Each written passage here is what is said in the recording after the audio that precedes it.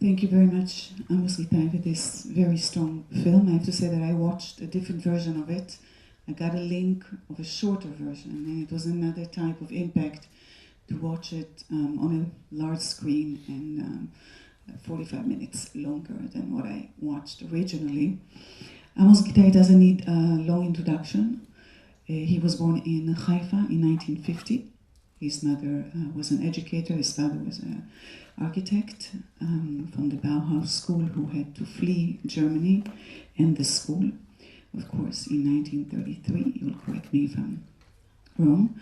Amos himself is an architect. He has a PhD in architecture, but he did not practice as an architect. He's become a filmmaker, starting to make films during the Yom Kippur War.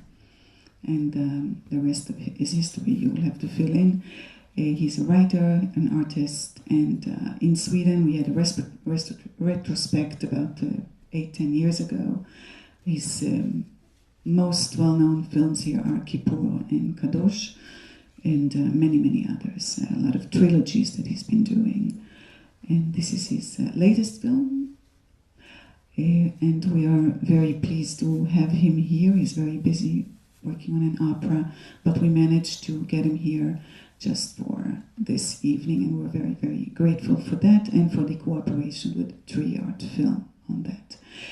Amos, there are layers and layers and layers of things in this film, so it's not one thing that we can tackle, and the time is very short. One thing that I listened in an interview that you did with Shimon Peres after his death. I got again the link, and of course this film does not deal with that, but I have to understand and also the audience.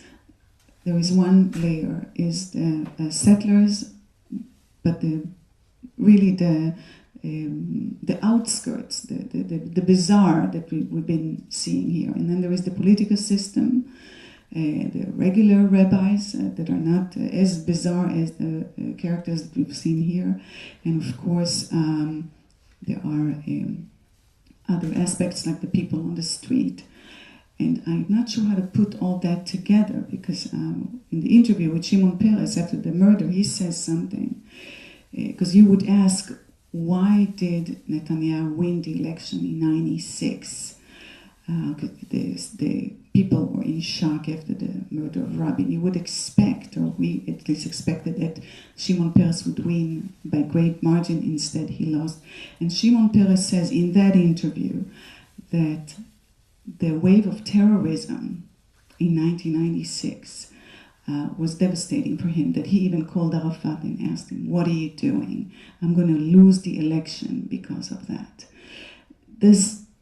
How do you put all that together? The wave of terror, does it have anything to do with the abruption of this type of incitement against Yitzhak Rabin, who was a very popular leader in Israel all throughout the years until that? First of all, I think it's always complicated to speak immediately after a film, because it has to settle down, so anyway, the best films I've seen as a spectator start when the screening is over, because you have to figure out and to reconstruct it and to ask questions, and my interest is that the people will ask questions, because I'm a collector of contradictions, so I like people to ask questions. And no, I will answer you a bit differently. The Rabin, I traveled with him in his plane, both to Washington and to Cairo. This piece that you have seen when he speaks about Gaza, I filmed it in Cairo. And when he speaks about Gaza, this is for me the radical difference from what we have now. Because he says that, first of all, he's against unilateral withdrawal, and he says it 10 years before Sharon, before the withdrawal from Gaza. And he said that if there will be a withdrawal, we have to make sure that they will have electricity, water, he even says oxygen in the hospital. So this is really peace. Peace is when the other exists. It's like any human relations. It's not unilateral. It's like if you like love or any human relations, the other has to exist. I think now we are in a completely unilateral vision. We. Okay, but the we doesn't bring any possible space for the other. So I think that that's what this school is really missing, and at the moment, unfortunately, we cannot see somebody who will take this flame away. In terms of responsibility and so on, in this long interview I did with Shimon Peres, I actually told him, and he was very open. I told him that Shimon Peres is very proud to be the pupil of Ben Gurion, and I told him that in my mind he is not a pupil of Ben Gurion. So he took it. He kind of says, "Why do you say that?" And I said, Ben Gurion took the assassination of Arlozorov, who was the kind of foreign minister of the Labour Party in the 30s, and he glued it to the forehead of the revisionist of the right, even if objectively we don't know who killed Arlozorov, and for 40 years they didn't recover from it. And I told him, Shimon, you are sitting on the chair of Rabin, it's very clear who killed him, and suddenly decided not to speak about it, and I think that's why he lost the elections. He didn't bring as the main subject of the election this coup d'etat, this assassination of Rabin. He wanted not to speak about it, and I think that's why he lost the elections. And the rest is history. What you said is also true. The Palestinian ultra-nationalists and the fundamentalists have also a responsibility in it, because at the moment that Rabin ordered the army to withdraw from the Palestinian cities was the worst suicide attacks in Tel Aviv, and this obviously helped the Israeli ultra-right to eventually kill Rabin, to delegitimize him, and I think this is anyway the most stable coalition, the ones who don't want to resolve this conflict.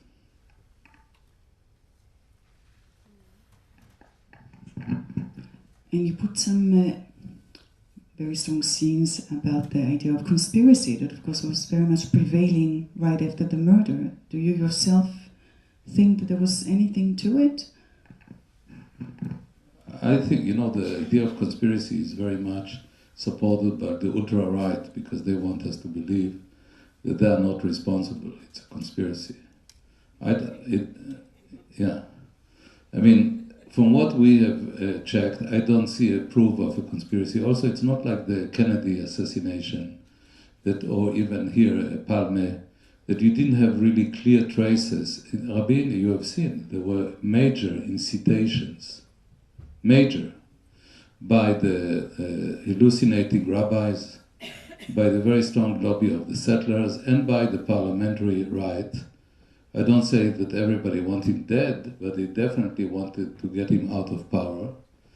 And this triumvirate incited openly against Rabin, and I think that finally they succeeded. So it's for me, it's not a mystery, the assassination of Rabin. It's an ongoing process to delegitimize his effort to try to reconcile this very complicated conflict and to find inroads.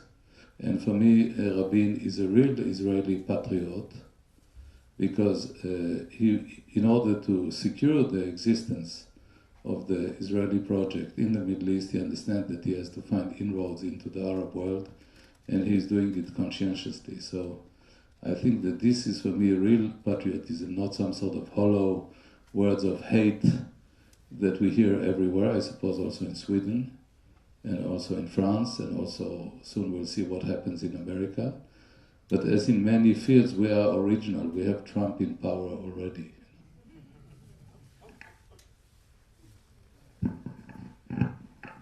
I'm going to open the floor, so I'm just going to ask a question, Amos. So Meir Shamgar, at the end, the head of the investigating committee, says Israel will not be the same after the murder of Yitzhak Rabin, which is true. 20 years down the line, we know that this is true. However, if you ask many of the Israeli left, I don't know, this is the next question, what happened to the Israeli left? They would say that it was actually the second intifada that made them lose their hope and made them disillusioned. If, you know, even people like Benny Morris or Yoram Kaniuk or people who were very much adversary of peace, there was a real breakage in 2000 and on. So I would say maybe it took two steps. One was the murder of Rabin, and then the second intifada. How would you say? I mean, I don't think so, you know. Let's look at the last conflict in Gaza, you know. The only stable area, you know, where there were rockets fired from Gaza to Israel and Israeli bombardments on Gaza. So, but the West Bank, relatively, which had good reasons to rise in solidarity with Gaza, because of the Oslo agreements, actually stayed relatively calm. And I think that the key word of Rabin, contrary to Barak and others, is process. He understood that this is a very complicated relationship and you have somewhere to start the process.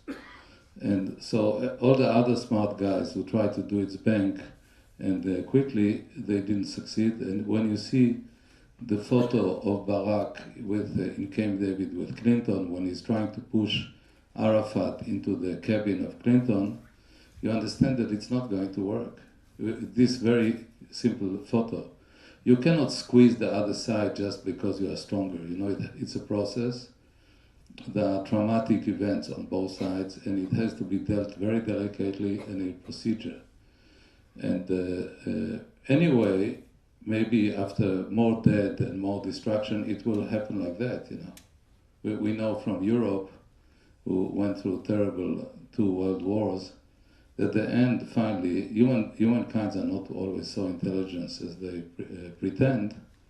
They have to go through the experience to actually go and finally say, okay, we can actually resolve it differently. But I think that the wisdom of this procedure was that it was a process, step by step, gradual, and the disruption of this process where we are right now, and also the policy of this current government, who has an agenda of creating a de facto annexation of parts of the West Bank, will only put more oil on the fire, and this is not a solution anyway.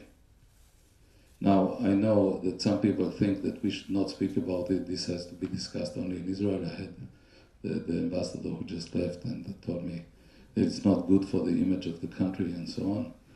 I think that the deed is not good for the image of the country. The killing of Rabin is not good for the image of the country. It's not the films or the books or the essays. The works of art or literature or cinema, they are showing, and this is not just me but the collective group who worked on this project, civil courage, and it is necessary. Otherwise it is an authoritarian structure. So if you love this country, and definitely there are a lot of things to be loved in it, you have to raise your voice against currents which are destructive to the project, and I think that that's necessary. So everybody who feels that he wants to give a hand to this enlightened version has to raise their voice.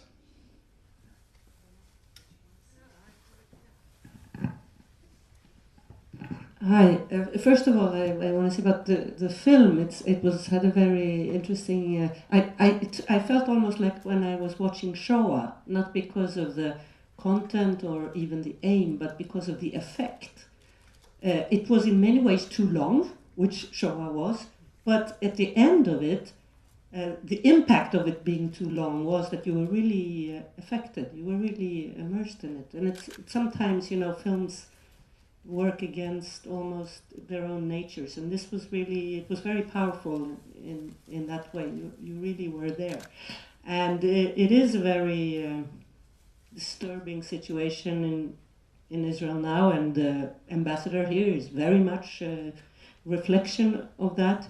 And in many ways, when you see this, when you feel like he was so threatened, Rabin, and yet it was an easier time with less settlements than we have now, and perhaps even a less divided country. But I just want to ask you something, because even Gideon Levy, who's really rather far left, he said he would pin his hope now on one person, and that's Ehud Barak coming back. I'd like to ask you about that. I mean, I don't know how many voters are in the public, so I'm not going to campaign, you know. And about the critique, you know, I don't want to have critics unemployed, you know. Let them do the work, we will do films, they will write what they think, and that's legitimate, you know.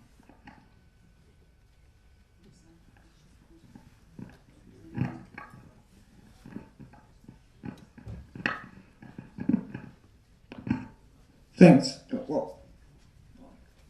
Well, I wanted to ask something more related to the movie itself, to the film. I understand that this is based extensively on documentation, but we have a very dramatic scene when this woman makes the analysis of the profile of Yitzhak Rabin. I don't think that can be documented. And I think it makes It is? Ah, okay. That's It was even filmed. It was filmed. As I told you, everything that you saw in the film is documented. Even when he said that Rabin and Peres belong to a satanic sect and they should be judged like Pétain in France, it actually was written. Okay, thanks.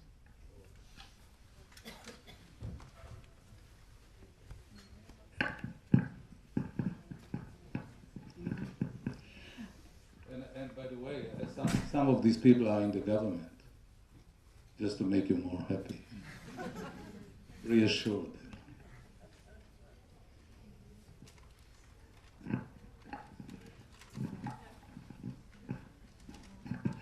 You said first that Arafat was squeezed during the negotiations with Arafat, but was he really squeezed? I mean, they were negotiating for a long time.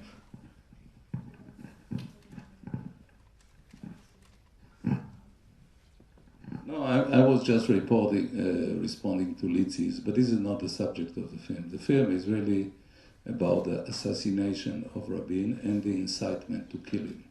What happened after it, your opinion is valid as mine.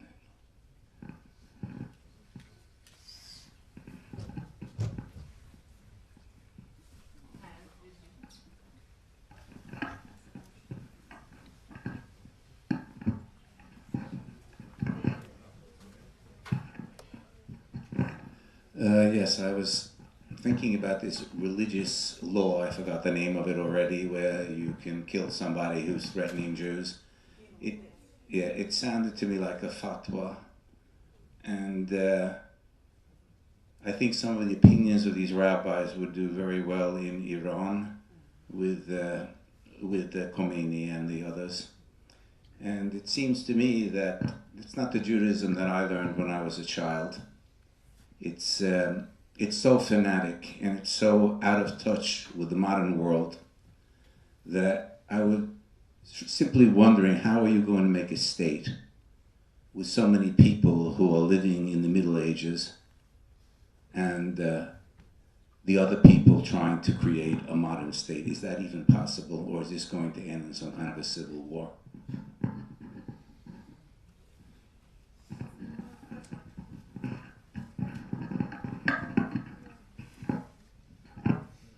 I mean, in my mind, you know, the creation of Israel is a political project, not a religious one. It's a conclusion of the suffering of Jews, of being displaced, discriminated, burned.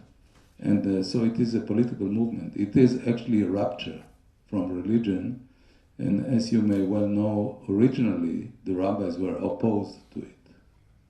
But the religion is creeping into it. however, if they will take over, which is gradually happening, Dorit, who is here, Rabin, who did this wonderful book, actually, where is she? Here. Which was censored by the Minister of Education, because she spoke about love between an Israeli woman and a Palestinian boy. So if people don't allow to include the poems of Mahmoud Darwish in the curriculum of schools, for me, all of this is really dangerous, even if you like, for the security of the state, because you can agree or disagree with Mahmoud Darwish, but you have to know what he thinks. He's part of this land, he's part of this area. You have to be aware, People they think that if they will not read the book of Dorit, or they will not read the poem, or they will not hear a piece of music, it will save them. On the contrary. Especially in this area, which is dangerous. Let's not be innocent. It is a dangerous area. You have to be very alert, but you have to be very informed. Now, what you say, historically, I think it's true. I did once a play which was based on the text of Flavius, Josephus Flavius, The Jewish Wars. And the way that the sovereignty of the Jews was lost 2,000 years ago, I had the pleasure of having Jean Moreau playing Flavius on stage. And the way that this sovereignty was lost 2,000 years ago is exactly by the kind of political assassination, fanatism, not registering what is not being sensitive to what is the rest of the world doing. And I think these dangers always exist. If Israel will ghettoize itself, and will cut off from any legitimate criticism. I'm talking about legitimate, not everything is legitimate, but there are legitimate criticism. And if it will cut itself off, so it is in danger. And unfortunately, I think that the current powers, they reinforce these tendencies of the current government was elected on saying that the Arabs are going to vote, so inciting one group against the other, the Jews against the Arabs, the Sephardic against the Ashkenazi, the religious against the secular, and then they get elected. And I think that then you may destroy this collective project, which is fragile, because it is a country of immigration. So you need some elements which will unite this project. You need a strong juridical system, and they are working against it. You need the freedom of speech, freedom of creation, they're working against it. So I think that everybody, that's why I said everybody who feels affection to this project, and there are good reasons to have this feeling, should not accept it, should not go like a peon from the instructions sent, because I think they don't know what they're doing in the long run. They may win elections, but they may destroy the project. And this is why I am saying that for me, Rabin, without fetishizing, everybody has faults, and Rabin as well, but who is the general who conquers all these territories? Next year will mark 50 years for the 6 Days War, 67. So he understands at some point that he has now to exchange it in order to gradually stabilize this existence.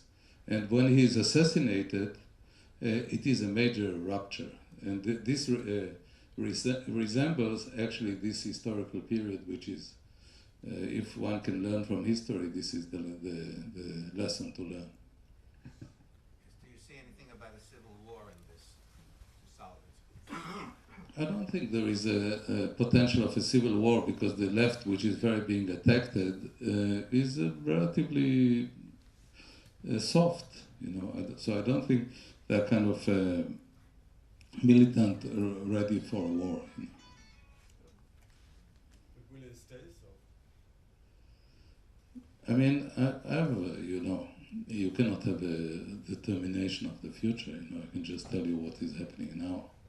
And let's keep hopes,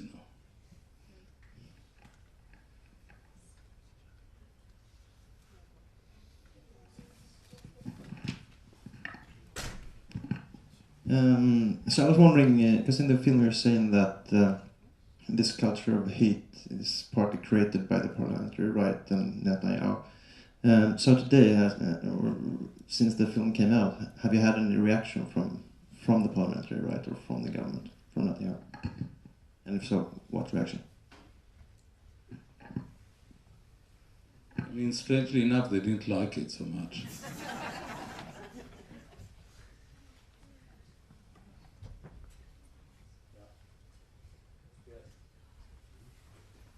You need the microphone.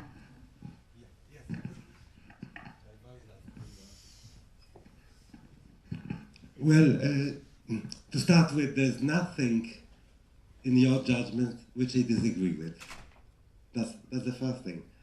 But then I have one question and one technical remark. The question is, why did the movie come now and not, say, 10 years ago, when it was most needed?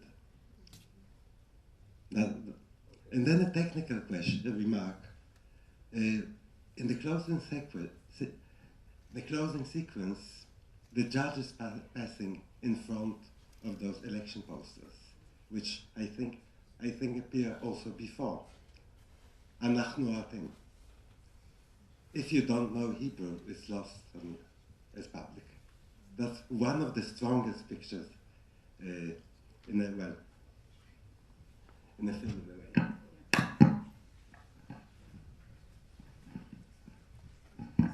Some of the gifts I give to Hebrew speakers, so to encourage everybody to start to speak Hebrew. Right, Barbara? Ken. Okay, good, you see. I think it's, to be explicit all the time, for me the last part of this shot is, I did it on several films, The film I did with Arthur Miller, I did once a film with Arthur Miller, which is an adaptation of a text by Arthur Miller. And the story of Arthur Miller takes place in the 30s, but the end comes to the present.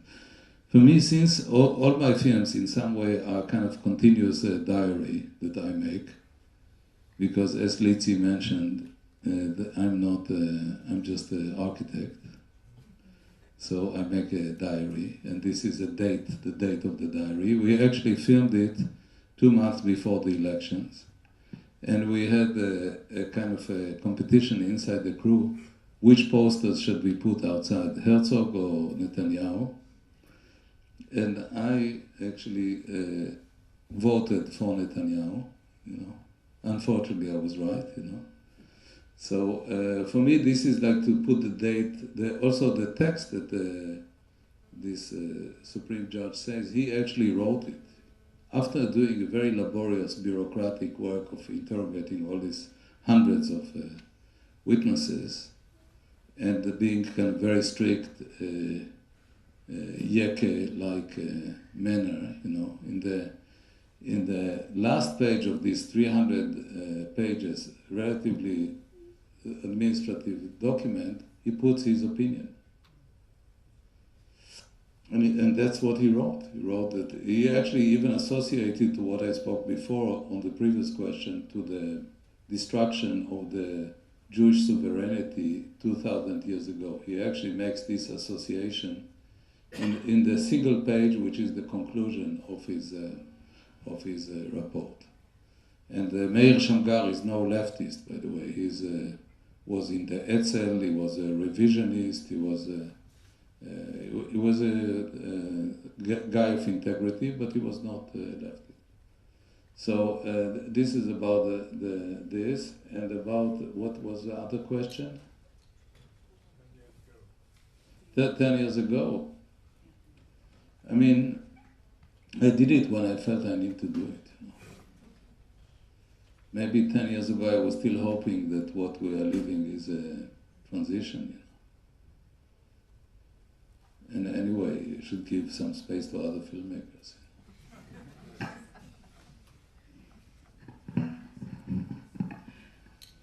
Also, privilege of the Hebrew speakers is that Am Yisrael, the expression Am Yisrael, when Yigal Amir says it, it's translated the Jews.